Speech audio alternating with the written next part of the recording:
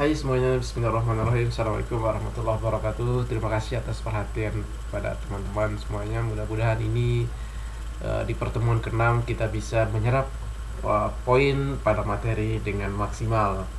Oke, baik teman-teman semuanya. Pada pertemuan ini kami dan kita semua akan membahas terkait dengan capital budgeting 1, yaitu kriteria investasi. Nah, di pertemuan ini kita akan berbicara terkait dengan poin-poin yang menjadi pemahaman bagi teman-teman semua. Yang pertama adalah mampu menjelaskan dan memahami terkait dengan payback dan discounted payback, serta memahami kelemahannya, kemudian menghitung accounting rates of return dan memahami kekurangannya, kemudian menghitung internal rate of return dan memahami kelebihan dan kekurangannya. Kemudian yang keempat, net present value dan memahami mengapa NPV dan kriteria yang terbaik. Kemudian menghitung IRR. Nah, sekarang kita bahas satu persatu teman-teman. Sebelum kita masuk ke poin tadi, kita pahami dulu apa sih capital budgeting itu atau penganggaran modal. Adalah menurut Suratia 2006 bahwa seluruh proses dalam perencanaan, pengendalian, dan pengambilan keputusan mengenai pengeluaran dana jangka waktu pengembalian dana tersebut melebihi 1 tahun. Artinya jangka panjang ya teman-teman. Kemudian menurut Andrelin 2001 juga, investasi juga adalah menghasilkan sejumlah uang untuk mendapatkan kehidupan yang lebih baik, layak, baik di masa yang akan datang. Nah, perencanaan capital budgeting ini tentunya harus sesuai dengan tujuan investasi ini, sehingga harapan pada peningkatan nilai perusahaan bisa perusahaan itu wujudkan. Kemudian berikutnya adalah dalam penganggaran modal dan capital budgeting, modal atau capital menunjukkan aktiva tetap yang digunakan untuk produksi dan atau beroperasi suatu perusahaan. Anggaran atau budget adalah sebuah rencana rinci yang memproyeksikan aliran kas masuk dan aliran kas keluar selama beberapa periode pada saat yang akan datang. Arus kas masuk sama dengan cash inflow sama dengan cash flow sama dengan proceed sama dengan EAT plus depresiasi. Sementara arus kas keluar sama dengan cash outflow sama dengan capital outlay sama dengan initial investment. Ini satu kesatuan istilah yang sering kita dengar dalam istilah-istilah pencatatan, laporan keuangan maupun istilah yang dalam perhitungan arus kas. Nah, ini satu kesatuan istilah yang sama teman-teman ya. Kemudian capital budget adalah garis besar rencana pengelolaan aktiva tetap. Penganggaran modal capital budget adalah proses menyeluruh menganalisa proyek-proyek dan menentukan mana saja yang dimasukkan ke dalam anggaran modal. Nah, tentunya proyek-proyek ini harus memenuhi beberapa kriteria, dan kriteria itu tentunya adalah bagaimana perusahaan bisa mengambil poin yang menguntungkan bagi proyek itu. Jadi bukan dorongan faktor-faktor lain. Kayak saat ini banyak sekali faktor eksternal seperti faktor politik dan lobby-lobby politis, sehingga mempengaruhi keputusan dalam menentukan mana proyek yang terbaik buat perusahaan. Berikutnya adalah ketika kita bicara pentingnya penganggaran modal, tentunya ada beberapa hal yang harus dipahami ya. Yang pertama adalah keputusan penganggaran modal akan berpengaruh pada jangka waktu yang lama sehingga perusahaan kehilangan fleksibilitasnya. Kemudian kedua, penganggaran modal yang efektif akan menaikkan ketepatan waktu dan kualitas dari penambahan aktiva. Kemudian ketiga, pengeluaran modal sangatlah penting. Yang keempat, pentingnya capital budgeting ditunjukkan oleh adanya dampak jangka panjang, penentuan saat persediaan aktiva tetap, kualitas aktiva tetap, dan menghimpun dana. Tentunya banyak sekali hal yang bisa kita pertimbangkan. Ini empat ini adalah bagian pentingnya. Yang pertama adalah ketika kita menentukan sebuah keputusan, itu harus berdampak pada jangka panjang, bukan hanya jangka pendek. Tentunya kita berharap perusahaan itu berlangsung secara terus-menerus tumbuh secara organik maupun secara non-organik. Kemudian bicara tentang penganggaran modal efektif, itu tercermin pada penambahan dan kualitas aktiva yang diperoleh. Kemudian bicara tentang dana-dana yang dihimpun itu harus dilihat sumber dana, asal dana yang masuk ke proyek itu dari sumber-sumber yang relevan dan akuntabel, sehingga dana yang masuk itu bukan dana dari money laundry, sehingga dana itu akan mendukung aliran kas masuk kepada perusahaan, sehingga perusahaan bisa beroperasi lebih efektif. Kemudian aspek penting dalam capital budgeting yang pertama adalah gunakan selalu cash flow, di mana cash flow dan laba akuntansi mempunyai karakteristik yang sangat berbeda. Laba akuntansi baru dapat dihasilkan ketika diterima di kemudian hari, sementara arus kas benar-benar merupakan kas yang sudah diterima di tangan kita dan siap untuk diinvestasikan kembali. Kemudian yang kedua, think incrementally, berusaha untuk selalu think incrementally, bagaimana tambahan yang dihasilkan oleh suatu proyek terhadap kondisi yang ada sekarang. Apakah dengan mengambil proyek yang satu ini akan menghasilkan tambahan yang menguntungkan, atau justru lebih menguntungkan jika tidak melakukan apapun. Kemudian ada perhitungan opportunity cost, adalah nilai ekonomis yang hilang ketika seorang memilih suatu alternatif dibandingkan dengan alternatif lainnya. Nah, dalam aspek penting capital budgeting ini tentunya tiga hal ini adalah menjadi menjadi bagian kunci yang perlu dipertimbangkan oleh para decision maker dalam menentukan mana proyek yang layak atau tidak layak bagi perusahaan. Dan tentunya setiap penentuan keputusan bisnis selalu melahirkan dua kemungkinan. Nah, yang pertama adalah kemungkinan menguntungkan, kemudian yang kedua kemungkinan risiko yang sudah diukur sebelumnya.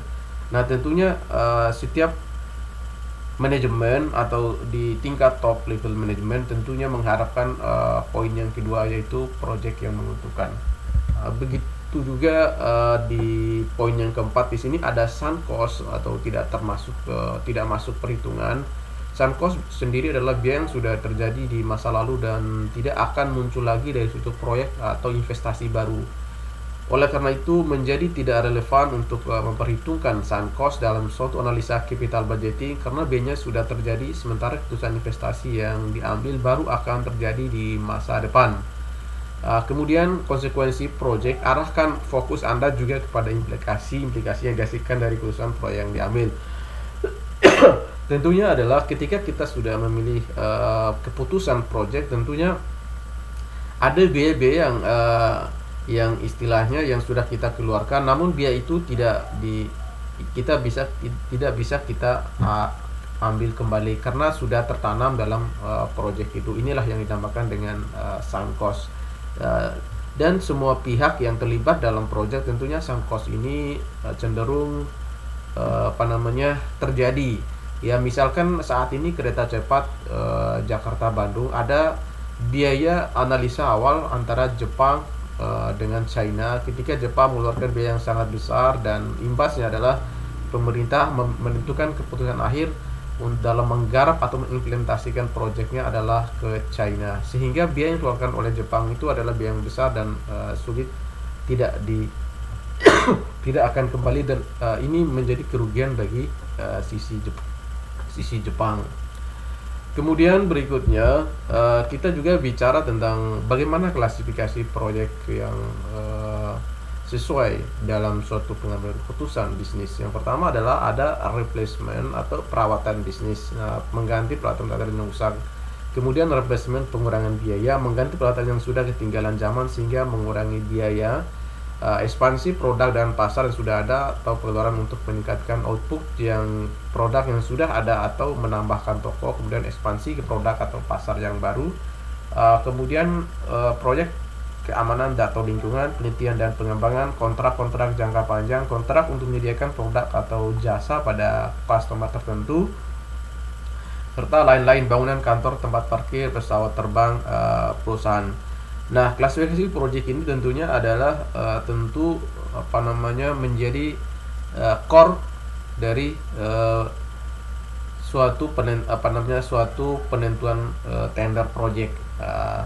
Dan dalam klasifikasi proyek ini, baik dari replacement maupun ke kontrak jangka panjang dan lain-lain itu adalah harus sesuai dengan core bisnis dari perusahaan itu.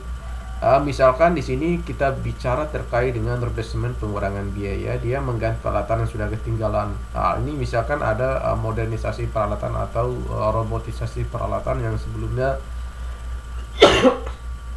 masih menggunakan manual, yang saat ini digunakan melalui otomatisasi. Sehingga apa? Sehingga dengan penggantian ini diharapkan akan meningkatkan output sekaligus mengurangi biaya jangka panjang. Oleh karena itu keputusan ini diambil tentu diharapkan harus sejalan dengan pola strategi jangka panjang dari perusahaan itu.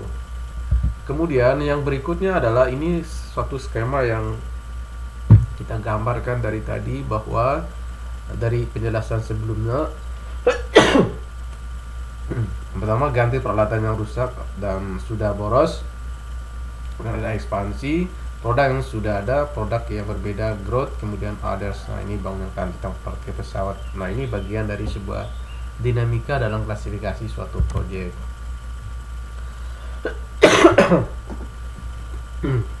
Tentunya di sini kita bicara tentang sifat-sifat usulan proyek.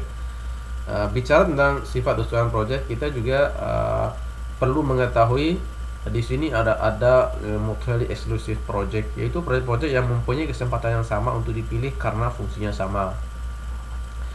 Contohnya perusahaan memerlukan perbaikan dalam sistem penanganan bahan baku di pabrik, maka pekerjaan tersebut dapat dilakukan dengan conveyor belt atau forklift. Nah, ini misalkan yang sebelumnya adalah perusahaan diangkat secara manual, saat ini diangkat dengan alat-alat yang lebih modern. Kemudian ada independent project, adalah proyek-proyek yang mempunyai fungsi berlainan, misalnya mesin pengepak hasil produksi. Kemudian berikutnya kita bicara tahap dalam penganggaran modal. Yang pertama adalah biaya proyek harus ditentukan dari awal. Yang kedua, menemukan manajemen harus memperkirakan aliran kas yang diharapkan dari proyek, termasuk nilai akhir aktiva. Kemudian risiko dari aliran kas proyek harus diestimasi memakai distribusi probabilitas aliran kas. Yang keempat, dengan mengetahui risiko dari proyek, manajemen harus menentukan biaya modal, cost of capital yang tepat untuk mendiskon aliran kas proyek. Kemudian dengan menggunakan nilai waktu uang, aliran kas masuk yang diharapkan digunakan untuk memperkirakan nilai aktiva. Kemudian terakhir, nilai sekarang dari aliran kas yang diharapkan dibandingkan dengan biayanya. Kemudian metode-metode keputusan penganggaran modal, dan nanti kita bahas satu persatu, yaitu ada payback period, ada net present value, NPV, ada internal rate of return, ada profitability ratio, ada modified internal rate of return, kemudian ada accounting rate of return, ada ARR. Yang pertama kita bahas terkait dengan payback period, periode pengembalian. Adalah metode yang untuk menentukan periode waktu yang menunjukkan berapa lama dana yang disediakan akan bisa kembali. Misalkan ini contoh, cash flow adalah $10 yang perlu diinvestasikan selama 5 tahun di project A dan di project B. Nah, pada project A tahun ketiga sudah menguntungkan, kemudian di project B selama 5 tahun baru menguntungkan. Ini juga kita bisa memilih. Tentunya kita akan menentukan keputusan memilih yang jangka pendek, yang tercepat. Nah, ketika kita menghitung payback period, kita bisa menggunakan payback sama dengan tahun sebelum balik modal ditambah biaya yang belum balik pada awal tahun atau dibagi aliran kas pada tahun tersebut. Nah, mereka payback periodnya 2 tahun, sementara payback periodnya 3,8 tahun. Makin pendek payback period itu makin baik. Artinya manajemen akan menentukan keputusan yang dimana payback period itu lebih cepat mendapatkan tingkat pengembalian investasinya. Kemudian kita juga bicara terkait dengan payback period pada slide ini. Jika payback period suatu investasi kurang dari payback period yang diisyaratkan, maka usulan investasi layak diterima semua. Masalah-masalah dengan payback period: 1. Mengabaikan aliran kas masuk setelah periode cut off. Contoh, $2.000 di tahun ketiga untuk proyek A diabaikan, juga $5.000 di tahun kelima untuk proyek B, walaupun $5.000 diganti dengan $50.000 itu tidak mempengaruhi decision pada metode payback period. Artinya apa? Artinya keputusan awal dalam menentukan layak atau tidaknya project dengan metode payback period ini, kita sudah mengestimasi berapa lama tingkat pengembalian investasi atau aliran kas masuk dari proyek itu. Nah, ketika estimasi kita lebih besar dari angka realisasi atau angka yang disepakati, tentu ini layak untuk diterima dari proyek tersebut, karena jangka waktu aliran kas masuk itu sangat pendek. Kemudian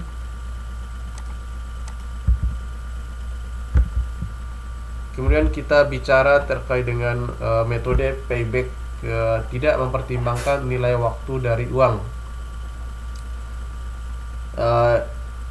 Nilai waktu uang ini adalah time value of money. Contohnya di sini kita bisa melihat nilai investasi adalah $10.000 di selama 3 tahun. Nah, di tahun pertama dia ada aliran kas masuk sebesar $9.000, kemudian tahun kedua 1.000 dan ketiga 1.000. Kemudian late return-nya 1.000, 900, 99.000 dan 1.000. Nah, proyek pertama lebih bagus karena mendapatkan 9.000 pada tahun pertama. Nah, ini juga menjadi pertimbangan bahwa dalam suatu proyek nilai waktu dari uang yang mengatakan bahwa uang yang dipegang saat ini lebih baik dibandingkan dengan uang yang sama yang diterima pada beberapa tahun yang akan datang.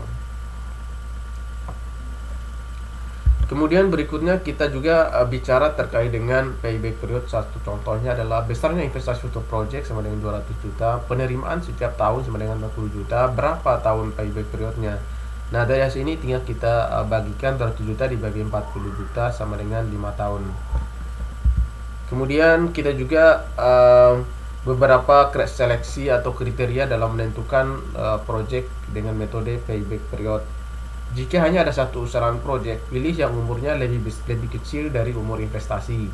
Jika lebih dari satu usulan, maka yang pertama adalah mutual eksklusif adalah yang diterima jika umurnya lebih kecil umur investasi dan terendah. Independen adalah yang diterima jika umurnya lebih kecil dari umur investasi. Sini kita lihat discounting payback period adalah suatu metode untuk menentukan berapa lama suatu investasi akan kembali dengan mendiskontokan CI sebesar COC-nya. Contoh, suatu investasi membutuhkan dana sebesar 100 juta, COC sebesar 10%. Hitung nilai discounting payback periodnya. Proceeds diperkirakan seperti di bawah ini. Tahun 1 30 juta, 2 40 juta, tahun ketiga 30 juta, tahun keempat 40 juta, dan tahun kelima senilai 30 juta. Nah, lalu kita jawab di sini, kita bikin timetable-nya dari 0 sampai dengan 5 tahun. Ini net CIF-nya minus 100 juta. Nah, ini cash flow di tahun pertama, kedua 40, ketiga 30 juta, dan 4 40 juta, dan 5 30 juta. Kemudian discounting ke net cash flow-nya. Di sini ada 100 juta, kemudian 30 juta dikali 10% sama dengan 3 juta. Nah, 3 jutanya 30 juta dikurangi 3 juta sama dengan 27 juta. Begitu juga hasil di 36 juta, 27 juta, 36 dan 27 juta ini. Rumus perhitungannya sama, yaitu 30 juta dikali 10% sama dengan 3 juta, kemudian 30 juta dikurangi 3 juta sama dengan 27 juta. Nah, berikutnya kita masukkan ke dalam tabel berikutnya. Lalu kita hitung jumlah investasi 100 juta, cash flow di tahun pertama atau proceed tahun 1 100 juta dikurangi 27 sama dengan 73 juta. Kemudian tahun keduanya 36 juta, 73 dikurangi 36 sama dengan 37 juta. Di tahun ketiga 32 sama dengan 27 juta. Hasil tahun kemarin 37 dikurangi 27 sama dengan 10 juta. Nah, karena hasilnya 10 juta ini di bawah proceed tahun yang keempat yang senilai 36 juta, maka kemudian kita akan langsung melihat di sini sudah kita lihat aliran cash flow-nya itu selama 3 tahun, 1, 2, 3. Nah, 3 tahun. Kemudian belakangnya 10 juta, kita bagi di tahun keempatnya 36 juta. Hasilnya adalah 0,27 juta, 0,277. Kemudian kita bulatkan menjadi 0,3, sehingga discounted payback periodnya sebanyak atau selama 3,3 tahun. Kemudian yang berikutnya ada net present value atau NPV. Adalah metode penilaian investasi yang menggunakan discounted cash flow, mempertimbangkan nilai waktu uang pada aliran kas yang terjadi.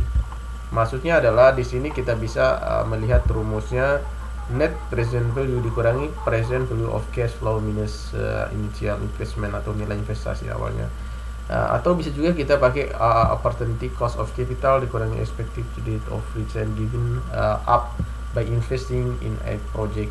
Artinya harapan tingkat pengembalian yang diberikan dari suatu proyek yang kita investasikan. Di depannya ada biaya kesempatan dari biaya modal. Kemudian berikutnya kita bisa menghitung di sini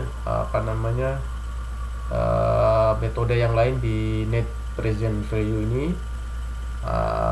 Kemudian dalam present value yang kita lihat merupakan net benefitnya, keuntungan bersih yang telah didiskon dengan menggunakan social opportunity cost of capital sebagai diskon faktornya. Di sini kita bisa menggunakan rumusnya NPV sama dengan jumlah N waktu I sama dengan itu 1 ya. Kemudian NB atau net benefit sama dengan benefit dikurangi cost dikali 1 ditambah I pangkat minus N ya. Atau NPV kita dikurangi kita NB nya kita diskon faktornya 1 plus I pangkat N. Ini 1 plus I pangkat N ini teman-teman ini adalah sebuah diskon faktor pada time value of money atau nilai waktu uang. Kemudian di mana C biaya investasi tambah biaya operasi, kemudian B rata-rata sama dengan benefit yang telah didiskon, kemudian C rata-rata di sini cost yang telah didiskon, kemudian I diskon faktornya, N tahun atau waktu. Ini rumus 1 plus I pangkat ini itu tadi diskon faktor yang diambil dari time value of money. Kemudian berikutnya dalam NPV harus memenuhi kriteria beberapa sebagai berikut ya. Kriteria yang pertama itu NPV harus lebih besar dari 0, di mana usaha atau proyek layak visible untuk dilaksanakan atau diambil ya. Kalau yang tadi di payback period dia jangka waktunya pendek, itu yang layak atau yang harus diterima visible. Kalau dalam NPV melihat NPV lebih besar dari 0 itu layak. Kemudian NPV kecil dari 0 itu tidak layak visible. NPV sama dengan 0 itu BIP atau break even point, di mana total revenue sama dengan total cost atau TC dalam bentuk present value. Nah, untuk menghitung NPV diperlukan data tentang perkiraan biaya investasi, kemudian biaya operasi dan pemeliharaan, serta perkiraan benefit dari proyek yang direncanakan. Kemudian catatan dalam net present value ini yang perlu kita ketahui adalah yang pertama perkiraan cash inflow dan cash outflow yang menyangkut proyeksi harus mendapatkan perhatian. Jadi ini harus jelas, real, konkret, bisa diukur, reliable gitu ya, dan harus tentunya menguntungkan. Kemudian yang kedua, memperkirakan benefit harus diperhitungkan dengan menggunakan berbagai variabel. Ada perkembangan tren, potensi pasar, perkembangan proses jenis di masa datang, perubahan teknologi, perubahan selera konsumen. Nah, ini benefit ini juga perlu istilahnya dianalisa secara komprehensif, melibatkan faktor-faktor pendukungnya. Salah satunya adalah faktor eksternal maupun faktor internal. Faktor eksternal di sini ada dilihat seperti tren pasar. Contohnya adalah di sini ketika perusahaan membiayai sebuah kereta cepat gitu ya, Jakarta Bandung itu, perusahaan tentunya melihat bagaimana tren ke depan itu gitu. Apakah pembiayaan ini layak dibiayai, memberikan keuntungan yang tepat, atau malah sebaliknya. Kemudian bagaimana potensi pasarnya, di mana pada saat di masa depan akan diprediksi di sekitar situ ada kawasan-kawasan industri yang strategis yang dibangun, yang di samping rute yang dilewati oleh kereta cepat Jakarta Bandung itu. Atau hal lain, misalkan ketika kita membangun sebuah jembatan atau membiayai sebuah usaha di bank misalkan, tentunya bank akan menganalisa usaha itu apakah tetap relevan dengan kemajuan zaman atau tidak, atau bahkan akan terhempas oleh akibat adanya tren-tren yang begitu cepat sehingga usaha itu bisa bisa rugi. Dengan begitu perusahaan yang membiayai proyek itu tentu akan mendapatkan kerugian. Contoh usaha-usaha yang yang kadang sulit atau tidak cukup kuat menghadapi perkembangan tren adalah misalkan elektronik, kemudian ada di pakaian, kemudian ada di peralatan rumah tangga. Contohnya misalkan saat yang lalu misalkan ada perusahaan Nokia yang saat ini mulai membuat lagi pasarnya, padahal sebelumnya dia adalah sebagai raja pasarnya. Begitu juga sebaliknya ya, perusahaan yang elektronik yang mampu mengikuti perkembangan tren potensi pasar ini, dia terus tumbuh berkembang. Contohnya adalah Samsung gitu. Berikutnya adalah kita bisa melihat salah satu contohnya di sini adalah pimpinan perusahaan akan mengganti mesin lama dengan mesin baru karena mesin lama tidak ekonomis lagi baik secara teknis maupun ekonomis. Untuk mengganti mesin lama dibutuhkan dana investasi sebesar 75 juta. Mesin baru mempunyai umur ekonomi selama 5 tahun dengan self value berdasarkan pengalaman pada akhir tahun kelima sebesar 15 juta. Berdasarkan pengalaman pengusaha, cash inflows setiap tahun diperkirakan sebesar 20 juta dengan biaya modal 18% per tahun. Apakah penggantian mesin ini layak untuk dilakukan? Apabila dilihat dari present value dan net present value. Nah, di sini kita coba lihat dan kita buktikan. Nah, dari soal tadi langsung kita coba hitung ya. Setiap cash flow-nya adalah rata-rata 25 juta dan di akhir tahun kelima adalah 15 juta. Nah, di sini adalah diskon faktornya ya, karena dipengaruhi oleh time value of money tadi. Kita tambahkan ini 2 di atas ini periode kedua, tahun kedua, 3 dan seterusnya ya. Lalu kita hitung. Nah, kita di sini akan mendapatkan nilai akhir present value-nya sebesar 69 juta sekian. Nah, berdasarkan pada hasil perhitungan di atas, pembelian mesin baru dengan harga 15 juta ternyata tidak feasible karena PV lebih kecil dari original outlay-nya atau original cost harga beli. Dimana kalau kita lihat ya, original beli kita istilahnya 75 juta. Nah, kita hanya mendapatkan nilainya 69, sekian juta. Artinya sangat kecil gitu. Nah, ketika kita melihat dengan menggunakan rumus NPV sama dengan present value sama dikurangi OO ya, sehingga kita ini mendapatkan di angka 69,75. Nah, ini selisihnya sangat banyak sekali, kurang 5,8 juta sekian, di mana OO adalah original outlays-nya. Berdasarkan perhitungan NPV diperoleh nilai negatif, maka pembelian mesin pun tidak feasible atau penentuan keputusan di mana manajemen ini harus menolak pembelian mesin baru ini karena tidak feasible atau NPV-nya bernilai negatif.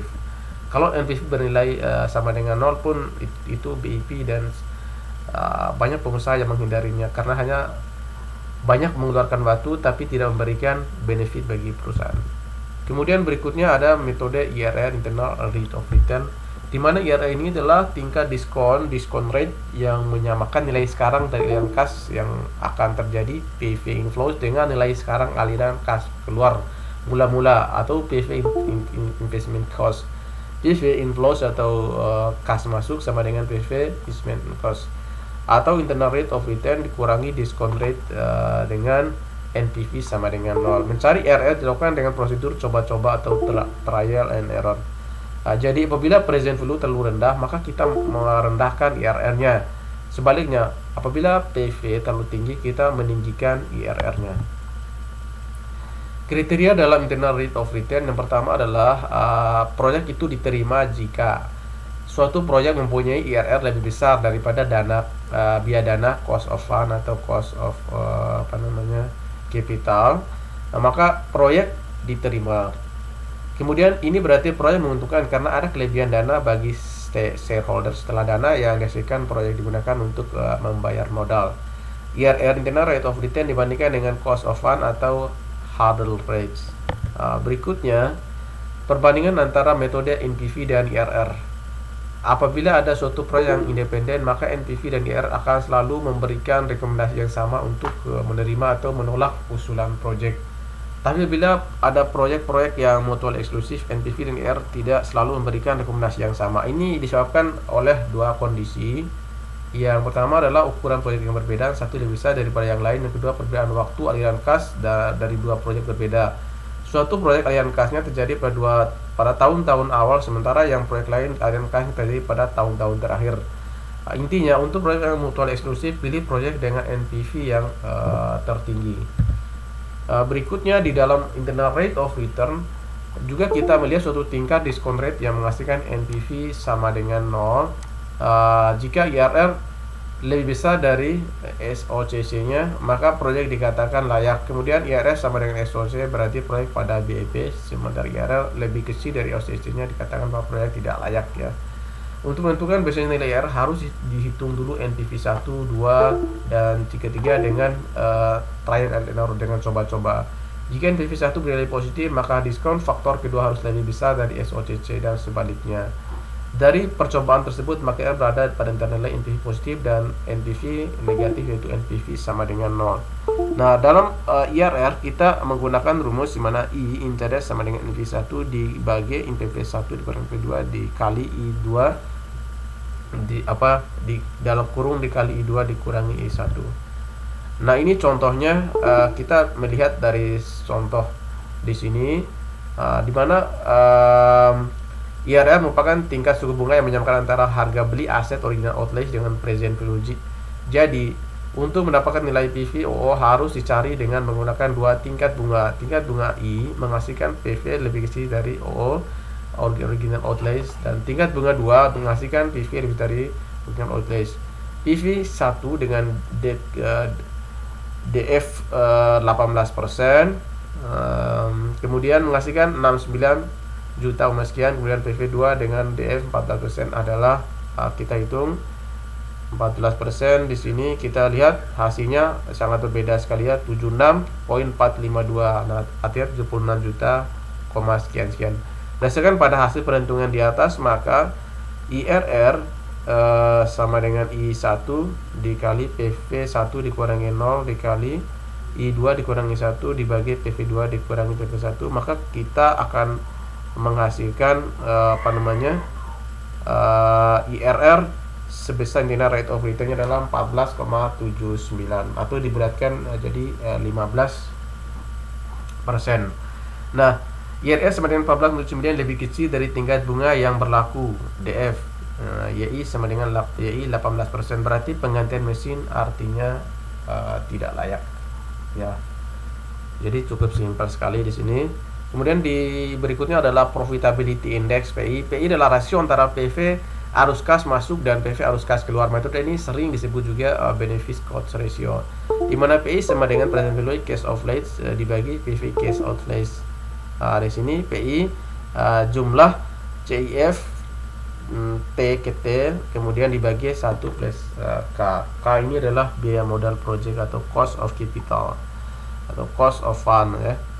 Kemudian atau kita bisa juga melihat ya PI ini dibagi juga jumlah COF T dibagi 1 plus K pangkat T. Jadi sini CIF dan COF ya. CF itu cash inflow-nya, kemudian COF cash outflow-nya. Aliran kas masuk dibagi dengan kas keluar ya. Ini diskon faktornya 1 plus K pangkat T. Kemudian berikutnya jika PR lebih besar dari satu proyek, berarti proyek usaha layak dikerjakan. Kemudian PR lebih kecil dari satu, berarti proyek tidak layak dikerjakan. PR sama dengan satu, berarti proyek dalam keadaan BEP. Oke. Kemudian berikutnya ada modified internal rate of return (MIR) ya, MIRR. PV biaya sama dengan nilai terminal dibagi 1 plus MIRR pangkat N, atau PV biaya jumlah CF KT dikali 1 plus K pangkat N kurangi T dibagi 1 plus MIRR pangkat N. Nah, di mana CF cash inflow pada periode T ya, kemudian N usia proyek, N nilai terminal, EV dari CIF yang digandakan, K biaya modal proyek. Artinya di sini kita melihat bahwa modified internal rate of return itu menjadi faktor pembagi ya dalam perhitungan suatu proyek. Kemudian berikutnya ada accounting rate of return (ARR). Adalah metode penilaian investasi yang mengukur seberapa besar tingkat dari keuntungan dari investasi. Metode ini menggunakan laba akuntansi sehingga angka yang dipergunakan adalah laba setelah pajak (EAT) yang dibandingkan dengan rata-rata investasi. ARR accounting rate of return sama dengan EAT dibagi average investment atau average net profit. EAT dibagi average investment dikali 100%. Nah, di sini contohnya sebuah perusahaan berencana untuk melakukan investasi beberapa mesin baru untuk menggantikan mesin yang sudah tidak bekerja. Mesin baru harganya 430.000 akan memberikan pendapatan 200.000, biaya tahunan 50.000. Umur ekonomi 2 tahun, berarti ARR sama dengan biaya penyesutan mesin per tahun sama dengan 35.000. Laba rata-rata tahunan 200.000 dikurangi 50.000 ditambah 35.000 sama dengan 119.000. Caranya mengurangi biaya tahunan dengan biaya penyusutan. Kemudian AR sama dengan 15.000 dibagi 420.000 kali 100% sama dengan 27,4%. Nah, kelebihan AR perhitungan sederhana dan mudah, dapat digunakan untuk mengukur fasilitas seluruh investasi karena mempertimbangkan arus kas sepanjang usia proyek. Perhitungan ARR didasarkan pada informasi akuntansi yang tersedia dan mudah dipahami. Tapi kelemahannya juga adalah dia mengabaikan informasi ekonomis dari proyek tersebut, misalnya penyusutan dan lain sebagainya. Oke, berikutnya adalah kita menambahkan juga di kelemahan IRR juga arus kas, yaitu berdasarkan informasi akuntansi bukan berdasarkan arus kas aktual. Perhitungan ARR tidak mempertimbangkan nilai waktu dari uang. Misalnya ini juga kelemahannya, tidak cukup untuk membedakan antara proyek berdasarkan jumlah investasi jika punya tingkat pengembalian yang sama. Nah, ini soal latihan yang mungkin bisa kita kerjakan, teman-teman. Soal latihan. Jadi ada manajer etnik corporation sedang mengisi 2 usul investasi sebagai proyek untuk masa depan, yaitu melakukan investasi bidang perkebunan dan peternakan. Di bidang perkebunan diperlukan investasi sebesar 20 juta, bidang peternakan 5 juta. Etnik corporation menggunakan biaya modal COC bisa 12%, berdasarkan laporan oleh arus kas masuk. Nah, ini 0 tahun ini minus 10 juta, artinya dia keluarkan 10 juta untuk biaya perkebunan atau peternakan, dia minus 15 juta, atau ini dia mengeluarkan uang untuk biaya peternakan. Mengeluarkan uang atau bisa juga disebut sebagai cash outflows ya. Ini rata-rata tiap tahun di sini ada 10 juta arus kas masuknya, kemudian di peternakan fluktuatif 10, 12, 2 juta. Nah, teman-teman diminta untuk menghitung di sisi PIB period, NPV dan MIRR-nya. Oke. Ini buku referensi yang mungkin bisa teman-teman cari lebih lanjut ya untuk mendalami materi ini. Jadi pada materi ini tentunya kita menganalisis biaya investasi ini penting untuk dipahami bahwa Biaya investasi itu kita bisa gunakan dari beberapa alternatif metode yang sudah kita hitung, dan tentunya aspek penting dari penentuan keputusan dalam menentukan proyek layak atau tidak adalah tentu harus punya benefit baik itu jangka pendek maupun jangka panjang, serta tidak mudah terhempas oleh adanya kecenderungan tren, kemudian adanya gejolak-gejolak pasar, kemudian tidak ada indikasi yang merugikan proyek itu di masa depan, sehingga potensi pasarnya terus tumbuh. Artinya proyek tersebut terus memberikan keuntungan selama periode operasinya. Oke, baik teman-teman, mungkin sekian yang bisa kita sampaikan pada kesempatan yang luar biasa ini. Lebih dan kurang mohon maaf bila ada hidayah. Wassalamualaikum warahmatullahi wabarakatuh.